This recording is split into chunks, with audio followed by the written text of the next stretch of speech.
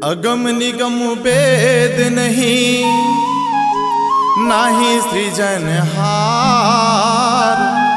आदि अंत जीव ब्रह्म नहीं, अवता दिन है सतनाम। तो पानी धरे पराट मां, और पग धोवन को जाए। कियो यारिति प्रेम सो, गुरु चरणन माथ नवा। बोलिए ब्रह्म पूज्य बाबा गुरु घासीदास की जय।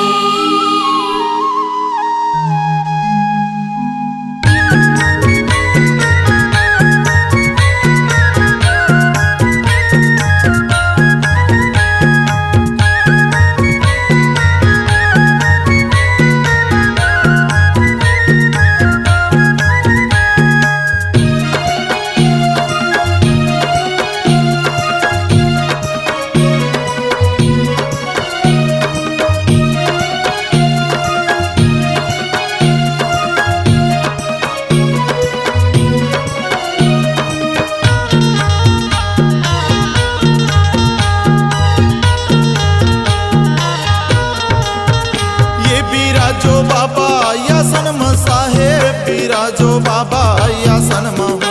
ये बिराजो बाबा आसनमा साहेब, बिराजो गुरुजी आसनमा हो। अहो ज्योति पुरस सतनाम, बिराजो बाबा या सनमा हो। तोला युगादि वतन सतनाम, बिराजो बाबा आसनमा हो। बिराजो बाबा या सनमा साहेब, बिराजो बाबा या सनमा हो। ये बिराजो बाबा आसनमा साहेब, बिराजो गुरुजी आसनमा हो।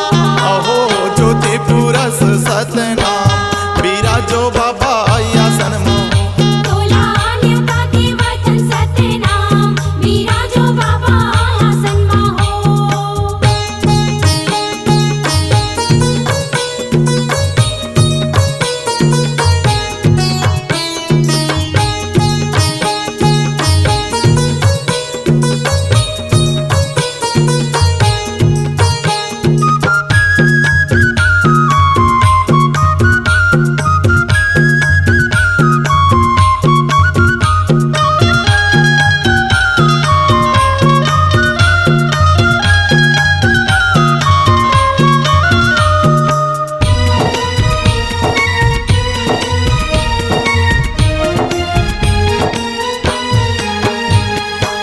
गगन मंडिल मा बाबा या नहाद बाजे हो, या नहादा बाजे।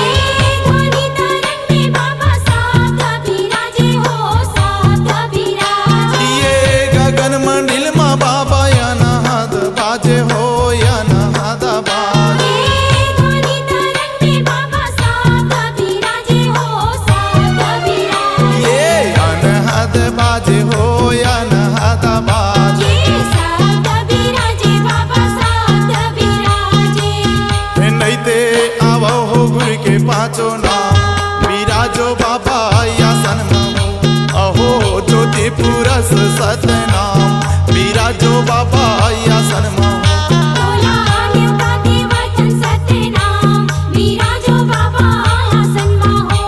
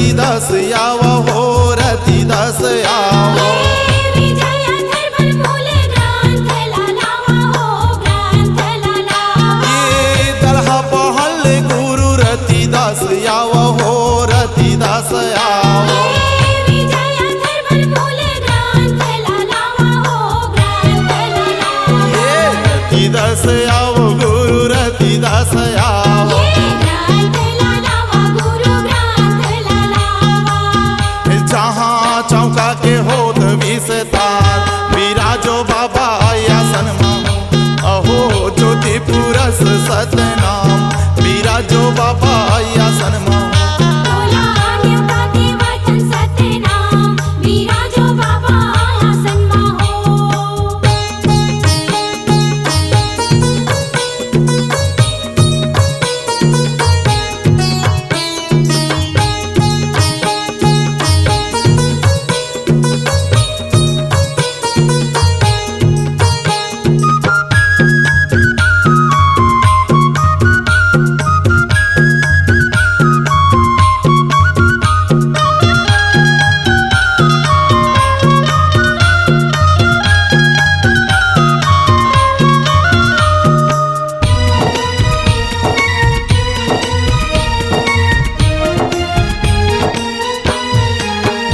ये चटुआपुरी ले गुरु अमरदास यावा हो अमरदास यावा भंडारपुरी ले गुरु बालक दासियावा हो बालक दासियावा ये चटुआपुरी ले गुरु अमरदास यावा हो अमरदास यावा भंडारपुरी ले गुरु बालक दासियावा हो बालक दासियावा गुरु अमरदास यावा साहिब अमरदास यावा गुरु बालक दासियावा बाबा बालक दासियावा नैते यावा हो गुरु परिवार विराजो बाबा आसन अहो ज्योति पुरस सतनाम विराजो बाबा आसन बोला न्योता के वचन सतनाम विराजो बाबा आसन हो ये विराजो बाबा आसन साहेब विराजो गुरुजी आसन